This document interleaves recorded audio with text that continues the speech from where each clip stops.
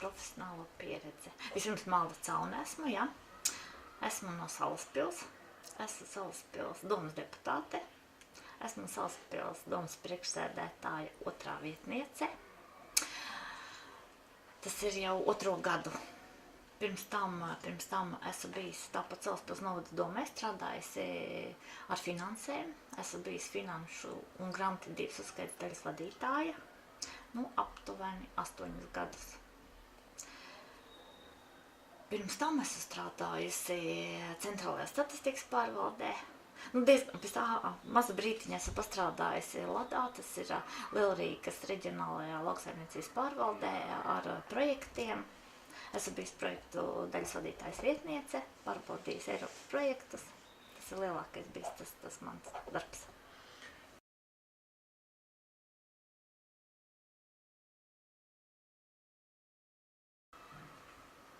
Tādus briesmīgi lielus es nevarēšu pateikt, kaut ko tādu ļoti lielu, kas es ieguldījis, bet par cik es esmu Salaspils novada domē arī šitā te, sporta komisijas priekšsēdētāja, ja? Un mums Salaspilī pāris gadus atpakaļ ir uzbūvēts liels stadions, kurā notiek galvenokārt tikai futbols. Skrejceļi gandrīz netiek izmantoti, bet futbolisti, mūsu mazie jaunieši un bērniņi ir ļoti daudz, kas nodarbojas ar futbolu, un es vienmēr piedalos visās sacensībās, eju paskatīties. Mums vienmēr Salaspilī notiek futbola diena, kur es vienmēr atklāju. Man patīk tā, pavērot no malas, ja? Tāds ļoti liels ieguldījums, vienkārši sporta pasākumu finansējumos es esmu piedalīsies naudas dalīšanā laikam, ja? Un atbalstot vienmēr tieši futbolu.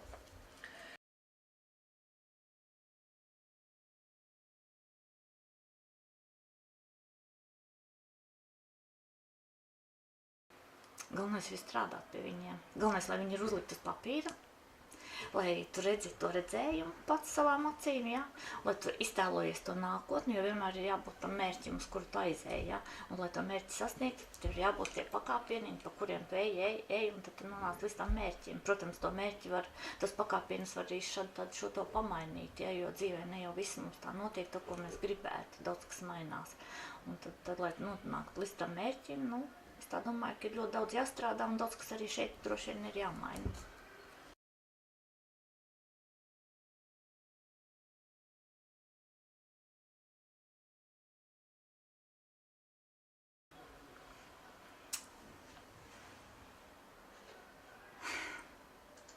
Es tā domāju, ka ļoti koncentrēts uz jaunatni, uz bērniem, kad bērni iesaistās ļoti daudz, tāpēc, ka es esmu Salaspiliete, ja? Un tāpēc es redzu tur savus tos bērnus, cik ļoti daudz ar viņu nodarbojās.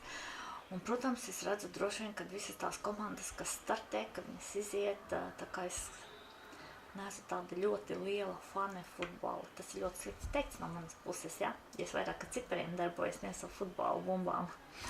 Bet principā es tā domāju, droši vien, kad Latvijas futbola komandai, centrālai komandai ir jāstartē kaut kādās lielās sacensībās, ir jāuzvar, lai Latvijas vārds arī izskan ļoti daudz kur pasaulē, lai par futbolu fanot tieši tāpat kā par Dinamo, par hokeju.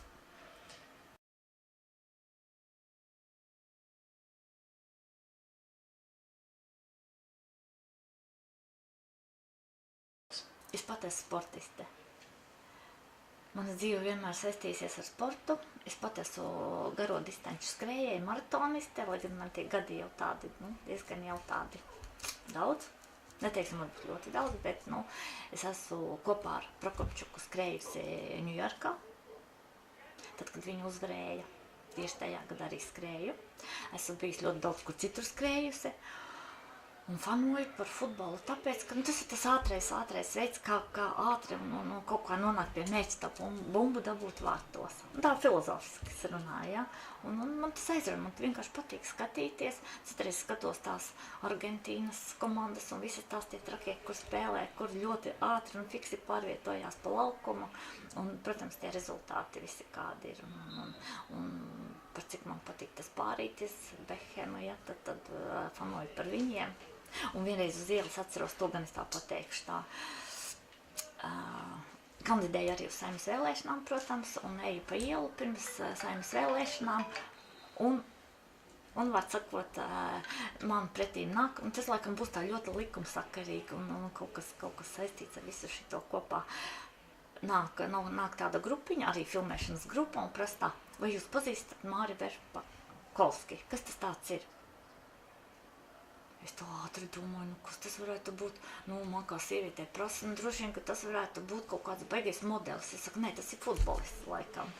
Viss ar to es gribu beigt. Paldies.